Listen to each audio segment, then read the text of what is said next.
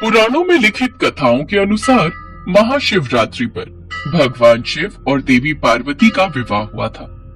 इसलिए देश के कई प्रसिद्ध मंदिरों में महाशिवरात्रि के पावन उत्सव पर शिव विवाहोत्सव मनाया जाता है और शिव जी दूल्हा बनकर बारात लेकर निकलते हैं। कहते हैं भगवान शिव और माँ पार्वती की शादी बड़े ही भव्य तरीके से आयोजित हुई थी। भगवान शिव की बारात बहुत ही अद्भुत थी। माँ पार्वती की तरफ से कई सारे उच्च कुलों के राजा महाराजा और शाही रिश्तेदार इस शादी में शामिल हुए, लेकिन शिव जी की ओर से कोई रिश्तेदार नहीं था, क्योंकि भगवान शिव स्वयंभू हैं, इसलिए पूरा संसार ही उनका परिवार है। भगवान शिव तो भोले भाले थे, अब उन्हें कौन बताए कि दूल्हा कैसे तैयार होगा। उन्होंने अपने पूरे शरीर पर भस्म लीप ली और सभी शिवगण तो उन्हें उस रूप में देखते ही आए थे। उन्होंने शिव जी के उस रूप की बहुत प्रशंसा की। शिव जी की बारात निकलनी शुरू हो जाती है। इस बारात में देव, दानव, सुर, असुर, भूत, प्रेत, पिशाच, नाग, नागिन, पशु, पक्षी, कीड़े मकोड़े सब बाराती बने। उधर देवी पार्वती भी 16 श्रृंगार करके तैयार हो चुकी थी। बारात आ गई, बारात आ गई, रानी माँ बारात आ गई। बारात आ गई? पार्वती, मैं तुम्हारे पिताजी के साथ बारात के स्वागत के लिए जा रही हूँ। दामाद जी की आरती भी उतारनी है। तुम सब पार्वती के साथ ही रहना।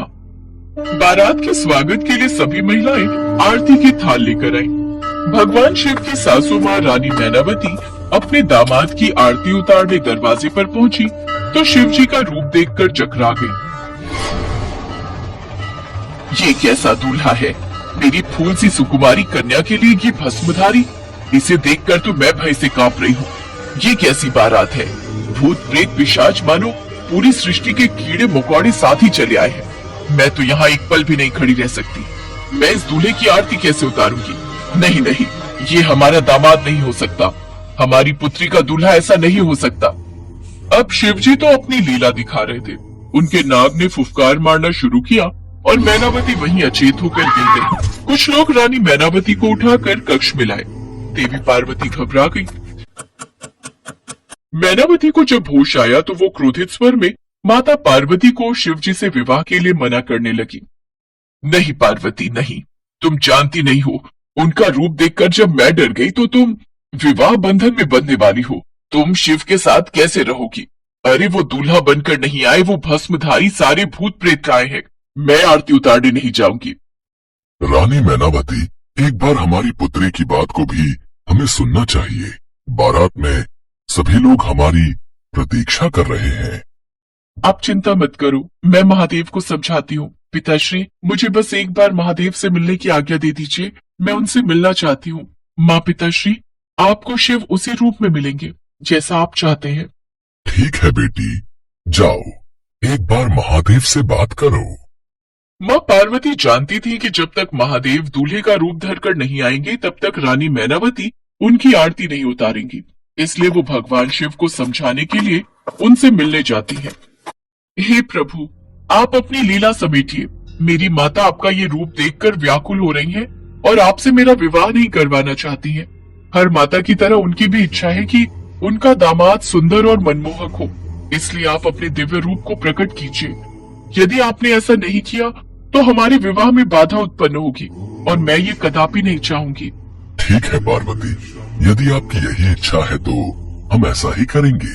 आपकी माता श्री अपने दामाद को आपके दूल्हे को जिस रूप में देखना चाहती हैं, मैं वही रूप धारण करूंगा। देवी पार्वती की मनोदशा समझकर शिव जी ने अपनी लीला समेट ली। भगवान शिव अपने चंद्रमौली रूप को धारण करके सबका मन मोह रहे थे। महादेव तैयार होकर बहुत ही सुंदर दूल्हे के रूप में सबके समक्ष आते हैं। रानी मैनावती महादेव के उस रूप को देखकर बहुत खुश होती है। देवी पार्वती भी आज अपने ऊपर गर्व महसूस कर रही थी। रानी मैनावती ने जब शिव जी को सुंदर दूल्हे के रूप में तैयार हुए देखा तो वे उन्हें निहारती रह गई। उन्हें अपने नेत्रों पर भरोसा ही नहीं हो रहा था। वह खुशी खुशी विवाह की तैयारी करने लगी।